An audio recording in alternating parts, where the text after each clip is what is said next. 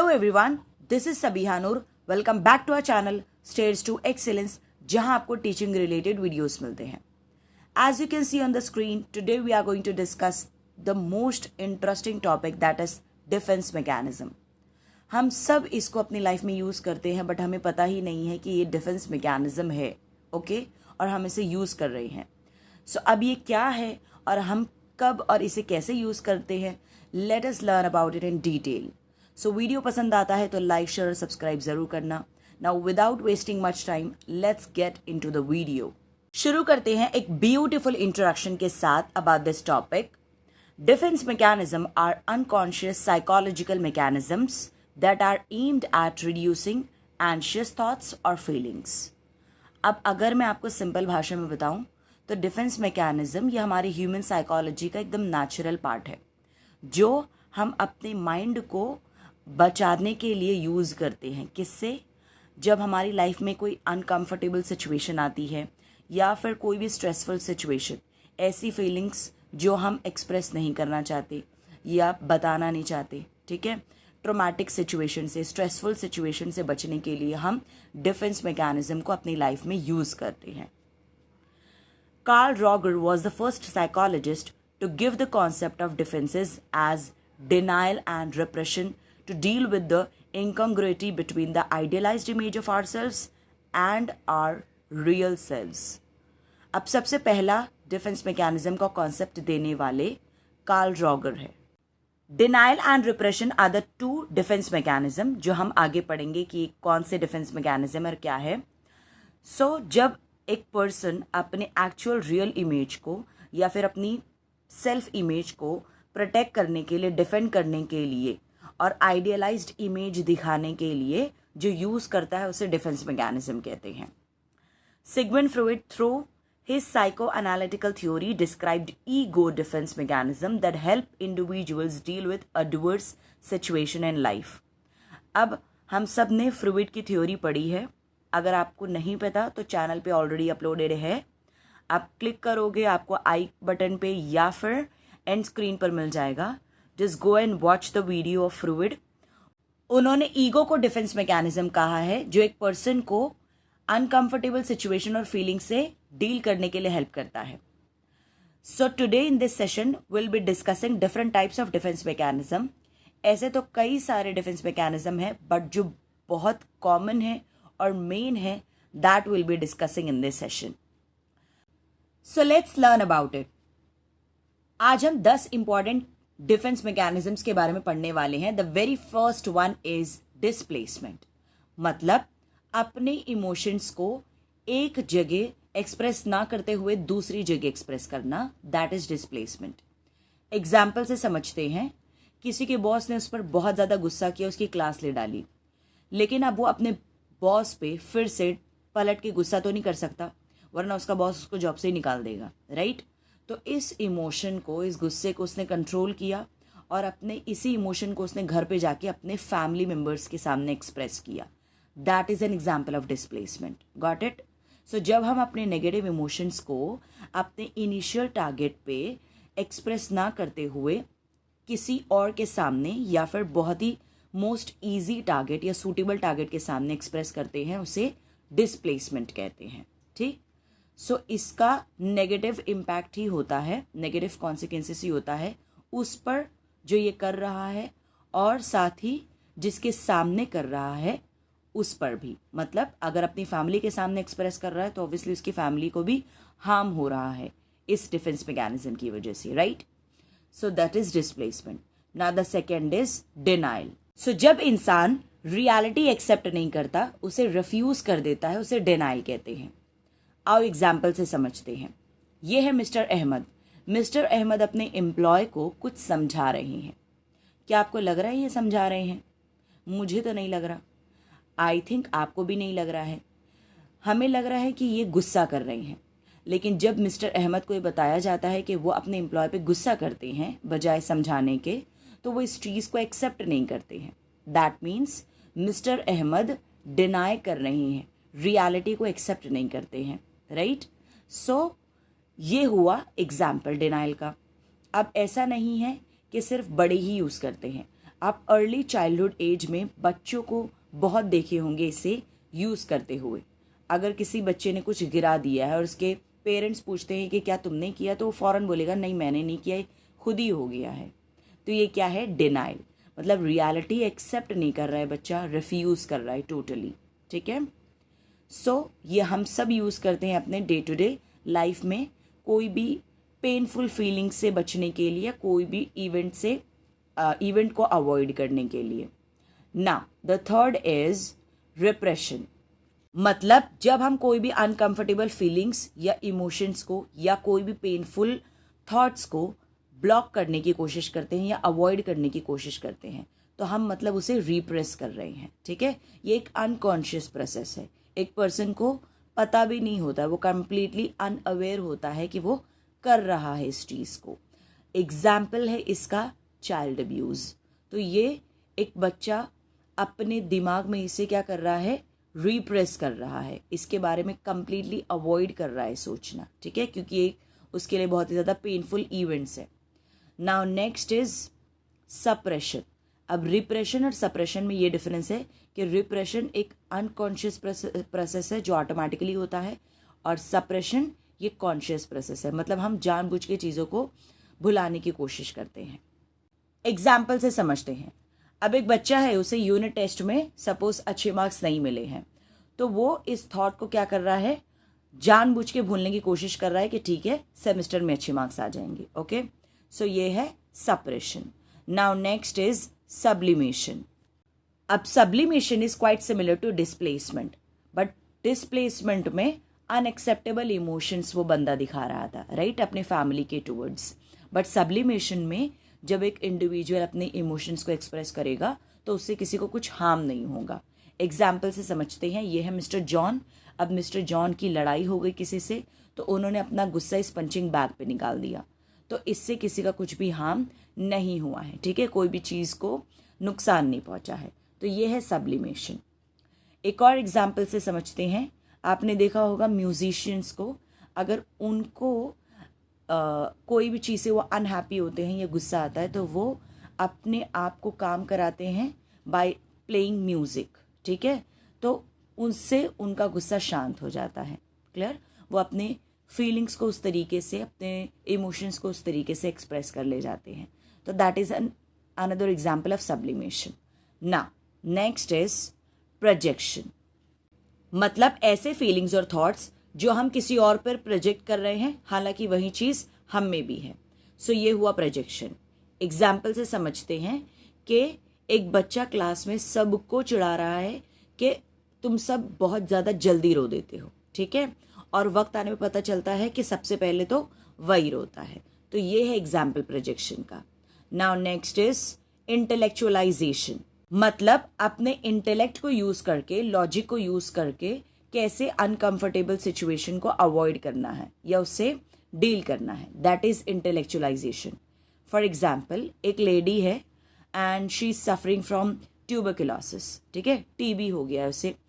तो बजाय ये सोचने के कि मैं वीक हो गई हूँ, मुझे अब कितनी टैबलेट्स खानी पड़ेंगी, ये सब नहीं सोच रही है, बल्कि वो अपने लॉजिक को यूज़ करके पढ़ रही है कि मैं कैसे इस डिजीज से क्योर हो सकती हूँ। ठीक है, मैं कौन कौन से हेल्दी फूड्स कंज्यूम कर सकती हूँ ड्यूरिंग दिस फेज। सो अभी वो क्या कर रही है? सिचुएशन से डील कर रही है। ठीक है, सो that is intellectualisation. Now next is regression, मतलब वैसे बिहेव करना जैसे हम पहले किया करते थे। फॉर एग्जाम्पल, एक लड़की है, जब भी उसको टेंशन होता है तो वो अपने टेडी बेयर को हक करके सोती है या फिर उससे बातें करती है, क्योंकि वो ऐसा जब छोटी थी, बच्ची थी, तब किया करती थी। सो that is an example of regression. Now another example is जब हम किसी चीज़ से डर जाते हैं, सहम जाते हैं, तो हम बच्चों की तरह या तो रोने लगते हैं या उनकी तरह एक्ट करने लगते हैं। That is again an example of regression. Now the next is rationalisation, मतलब जब हम कोई भी अनएक्सेप्टेबल फीलिंग्स को जस्टिफाई करने लगते हैं अपना लॉजिक यूज करके, तो वो है रैशनलाइजेशन। फॉर एग्जाम्पल, एक स्टूडेंट है, क्या बोल रहा है वो? I failed because my teacher hates me, है ना। तो ये रैशनलाइजेशन, मतलब अपने लॉजिक को यूज करके बोल रहा है कि मेरी टीचर मुझसे नफरत करती है, इसलिए मैं फेल हो गया। ये नहीं बोल रहा है कि मैंने पढ़ा नहीं, ठीक है।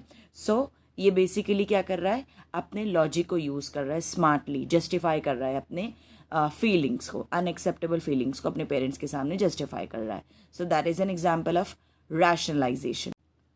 Let's understand this with one more example. Mister John है, उन्हें अपने ड्रीम हाउस के लिए लोन चाहिए था, तो वो गए बैंक के पास. बैंक ने उन्हें लोन दिया नहीं. क्यों? क्योंकि उनकी सैलरी कम थी. अब वो हो गए अपसेट, घर गए, उनसे पूछा गया तो उन्होंने कहा कि बैंक वाले इंटरेस्ट बहुत ज़्यादा ले रहे हैं, इसलिए मैंने लोन लिया नहीं. तो ये क्या हुआ? Rationalisation, because the person is using his logic. Okay, now the next and last is reaction formation. अब इसमें जब एक पर्सन अपने अनप्लेजेंट फीलिंग्स को हाइड करने की कोशिश करता है या रिप्लेस करता है एकदम ऑपोजिट तरीके से, तो उसे कहते हैं रिएक्शन फॉर्मेशन. एग्जाम्पल से समझते हैं. ये दोनों हैं कलीग्स, लेकिन ये दोनों शो करते हैं आपस में कि एकदम गुड फ्रेंड्स है, लेकिन मन ही मन ये एक दूसरे को बिल्कुल भी पसंद नहीं करते हैं. सो ये हुआ reaction formation. So I hope you got all the 10 defense mechanisms. Now, let us discuss few MCQs based on it. So the very first one is Virat gets fired and blames his job loss on his co-workers. This is an example of which defense mechanisms? Options रही ये आपके सामने. Rationalization, denial, displacement या फिर projection. मतलब विराट को fire कर दिया गया, लेकिन वो इसका इल्जाम अपने कोवर्कर्स पे लगा रहा है.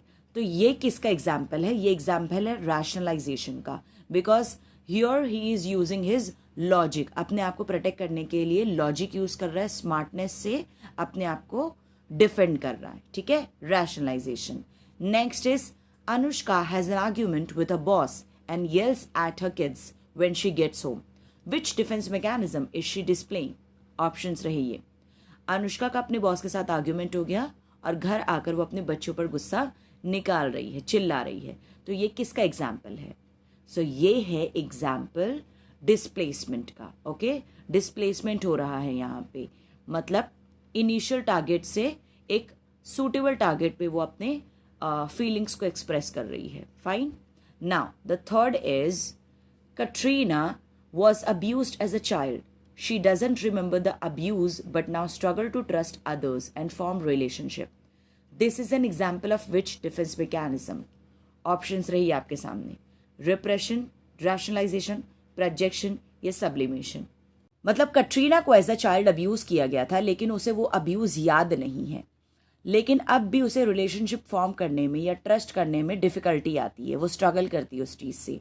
सो ये कौन से डिफेंस मैकेनिज्म का एग्जाम्पल है? तो हमने ये चीज़ रिप्रेशन में पड़ी है. ठीक है, अनकॉन्शियस माइंड हमारा ये चीज़ करता है कि ऐसी फीलिंग्स को रिप्रेस कर देता है, हालांकि हम इस चीज़ के बारे में अनअवेयर होते हैं कि हमारे साथ ये हो रहा है. ठीक है, वेयर एज रैशनलाइजेशन में हम लॉजिक यूज़ करते हैं, प्रोजेक्शन में हम किसी पर कोई चीज़ प्रोजेक्ट करते हैं, एंड सब्लिमेशन में हम अपने फीलिंग्स को सोशली एक्सेप्टेबल वेज में चेंज करते हैं. Now the next question is Vicky's friends warning him about his excess drinking, but he thinks he does not have a problem he is experiencing. अब विकी के दोस्त लोग उसके वार्न कर रहे हैं कि भाई तू बहुत ज़्यादा ही पीता है, लेकिन वो सोच रहा है कि उसे कोई भी प्रॉब्लम नहीं होगी या नहीं है. तो वो कौन सा डिफेंस मैकेनिज्म एक्सपीरियंस कर रहा है? डिनाइल, रिप्रेशन, रैशनलाइजेशन या प्रोजेक्शन? तो ऑब्वियसली विकी डिनाइल कर रहा है, वो रियलिटी को एक्सेप्ट नहीं कर रहा है. ठीक है. Next is, instead of taking out his anger on others, Ranveer, when he gets really angry, plays the guitar. This is an example of which defense mechanism? Options रहिए. Sublimation, displacement, projection या repression. अब रणवीर देखो, उसको गुस्सा आया तो वो बजाय किसी और पे गुस्सा करने के वो गिटार प्ले कर रहा है, तो इससे किसी को भी कोई हार्म नहीं हो रहा है. तो ये एग्जाम्पल है सब्लिमेशन का. ठीक है. Next is Deepika decides to go out and party the whole week before her midterm instead of studying. She fails her midterm and tells her parents that she failed it due to being sick and not getting enough sleep. This is an example of which defense mechanism? Options रही है आपके सामने. अब देखो, जो दीपिका है वो अपने मिड टर्म के पहले पार्टी कर रही थी, पूरा हफ्ता पार्टी कर रही थी और पढ़ नहीं रही थी, लेकिन जब अपने वो मिड टर्म में फेल हुई तो उसके पेरेंट्स के पूछने पर उसने क्या जवाब दिया कि मेरी तबीयत ख़राब हो गई थी और मुझे इनफ स्लीप नहीं मिला, सो इसीलिए मैं फेल हो गई। तो अब ये किसका एग्जाम्पल है? ये एग्जाम्पल है रैशनलाइजेशन का, because she is using her logic to deal with the situation. ठीक है, now the next is Ranbir who cheats on his wife accuses her of being unfaithful. This is an example of dash. Options रही है। रणबीर जो खुद cheat कर रहा है अपनी वाइफ पे, वो अपनी वाइफ को क्या कर रहा है कि तुम ही वफादार नहीं हो। तो ये किसका एग्जाम्पल है? सो अगर आपको याद होगा, हमने पढ़ा था कि जब कोई एक पर्सन कुछ क्वालिटीज या फीलिंग्स दूसरों को असाइन करता है, हालांकि वो चीज़ उसमें खुद में ही पाई जाती है, तो वो क्या कहलाता है? वो होता है प्रोजेक्शन। ठीक है, तो यहाँ पे रणबीर खुद ही चीट कर रहा है, लेकिन वो अपनी वाइफ को क्या कह रहा है कि तुम वफादार नहीं हो। सो ये हुआ projection. Now the next question is Alia, my mother in law has come to stay for the weekend and she is driving me crazy. I am just staying out of the way by doing the house work, so I don't have to talk to her. This is an example of dash. Options रही है। अब आलिया जो कि मेरी mother in law है, मेरी नहीं है लेकिन फिर भी मेरी मदर इन लॉ है, वीकेंड पे आई हुई है और उन्होंने मुझे पागल कर रखा है। अब मैं उनसे दूरी बनाए रखना चाहती हूँ, मैं उनसे बात नहीं कर रही हूँ और अपने मैं घर के कामों में इन्वॉल्व कर ली हूँ खुद को। तो ये कौन सा एग्जाम्पल है? तो ये हुआ एग्जाम्पल सब्लिमेशन का, बिकॉज इससे किसी को कोई भी हार्म नहीं हो रहा है। ठीक है, मेरे ऐसा करने से हार्म किसी को भी कुछ भी नहीं हो रहा है। So again this is an example of sublimation. Now next question is there is a girl at work who Salman hates so much. She is intimidating, disrespectful and offensive, but he pretends like she is his good friend. This is an example of dash. Options रही है। अब सलमान के work place पे एक लड़की है जो उसे बिल्कुल भी पसंद नहीं है। ठीक है, बहुत ज़्यादा डिसरिस्पेक्ट करती है, ऑफेंसिव है बहुत ज़्यादा, लेकिन वो ऐसा प्रिटेंड करता है कि वो उसकी अच्छी फ्रेंड है। तो ये कौन सा एग्जाम्पल है? तो ये हम क्या कर रहे हैं? रिएक्शन फॉर्मेशन, मतलब जो अंदर है वो चीज़ को एक्सप्रेस ना करना, उसका ऑपोजिट रिएक्शन शो करना, रिप्लेस कर देना दो रिएक्शंस को। सो ये हुआ reaction formation. Next question, what is regression? अब ये आपको बताना है कि इनमें से रिग्रेशन कौन सा है। ऑप्शंस रहे ये आपके सामने। डिनाइंग दैट समथिंग एग्जिस्ट, मतलब डिनाई कर देना कि कोई चीज़ एग्जिस्ट करती है। Returning to an earlier age to cope with situation, पहले की सिचुएशन पे रिटर्न कर जाना ताकि हम सिचुएशन से, प्रेजेंट सिचुएशन से डील कर सके। Assigning your own unacceptable feelings और क्वालिटीज टू अदर्स, जैसे कि मैंने आपको बताया कि कोई भी क्वालिटी या फीलिंग्स दूसरों को असाइन कर देना, प्रोजेक्ट करना। Taking feelings out on others, या फिर अपना गुस्सा किसी और पे निकालना, अपनी फीलिंग्स किसी और पे निकालना। So denying that something exist is denial, तो ये तो नहीं है। Returning to an earlier age to cope with the situation, yes this is regression, जब हम अपने पहले जैसे बिहेवियर की तरफ रिटर्न हो जाते हैं ताकि हम प्रेजेंट सिचुएशन से डील कर सकें। सो वो है रिग्रेशन। जब हम अपनी क्वालिटीज़ या फीलिंग्स को असाइन करते हैं किसी और पे, हालांकि वो हमारे खुद में है, तो वो होता है प्रोजेक्शन। और taking feeling out on others, ये हो जाता है displacement. So the answer is option B. So यहाँ होता है हमारा सेशन ख़त्म। आई होप आपको सेशन पसंद आया होगा। Okay, so I have something for you. You have to comment down one defense mechanism which you have used a lot and one defense mechanism which you have never used.